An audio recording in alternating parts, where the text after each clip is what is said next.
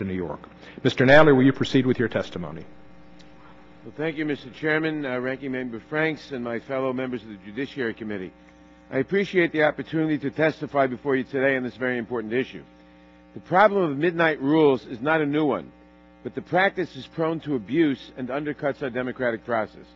That is why on the first day of this Congress I reintroduced the Midnight Rule Act, H.R. 34, which would allow incoming agency heads to prevent rules adopted within the last 3 months of the previous administration from going into effect.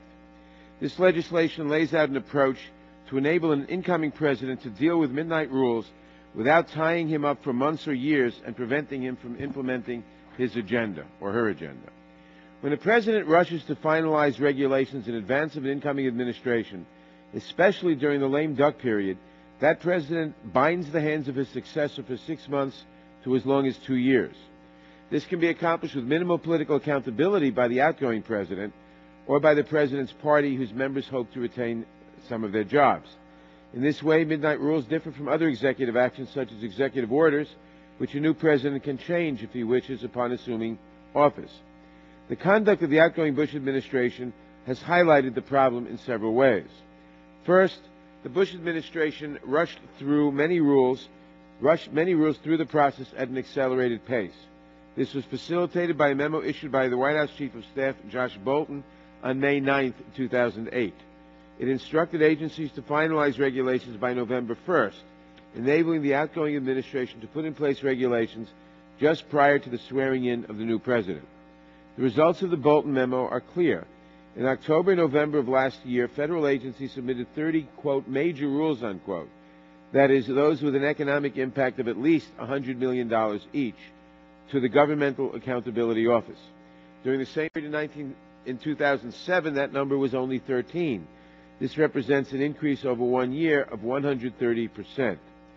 Similarly, the number of significant rules submitted to the Office of Information and Regulatory Affairs between September 1st, 2008 and December 31st, 2008 represents an increase of 102% from the same period in 2007. 190 significant final rules as opposed to 94 such rules the year before. Second, the lack of accountability in its waning weeks enabled the administration to adopt highly controversial rules on family planning, endangered species, and global warming that may not have passed muster in a more public debate, but since there was no more public accountability, no election to look forward to, they could do what they wanted and bind the hands of the new administration. Finally, these midnight rules allow the administration to extend its policies well into the next administration, despite the fact that the voters voted to move in a new direction. The Midnight Rule Act would address this problem in several ways. It would give a new agency head a limited period of time to review and act on regulations adopted in the final 90 days of a president's term. The new agency head would have 90 days after being confirmed to his office or her office to disapprove a midnight rule by publishing a statement of disapproval in the Federal Register and sending a notice of disapproval to the Congressional Committee or Committees of Jurisdiction.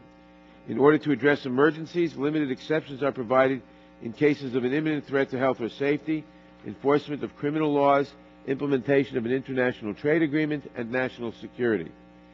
Congress could revoke some of these rules under the Congressional Review Act. However, the Congressional Review Act requires individual votes on each rule. Given the sheer number of midnight rules issued by the Bush administration, or perhaps by administrations in the future, this would require more time than Congress has available while we are trying to pass an economic recovery package, finalize FY 2009 appropriations bills, and prepare for a new budget for the upcoming fiscal year. Most importantly, this proposal would place a check on midnight rules. The American people have a right to hear the views of candidates for president and other offices on very important issues, and then to be governed by the choice that they make in the election, and not to be governed by the dead hand of the choice they made 4 or 8 years earlier. The American people are entitled to alter the direction of their government based on new circumstances, or even to change their minds if they wish. That is why we have a new presidential election every 4 years. And that is why the policies of the old outgoing administration should not be permitted to continue and to bind the new incoming administration for 6 months to 2 years. I have received many helpful comments and suggestions on ways to clarify this legislation, and I hope to work with my colleagues to fine-tune it. The core policy is that the will of the electorate should not be frustrated in effectuating new policy by the old administration.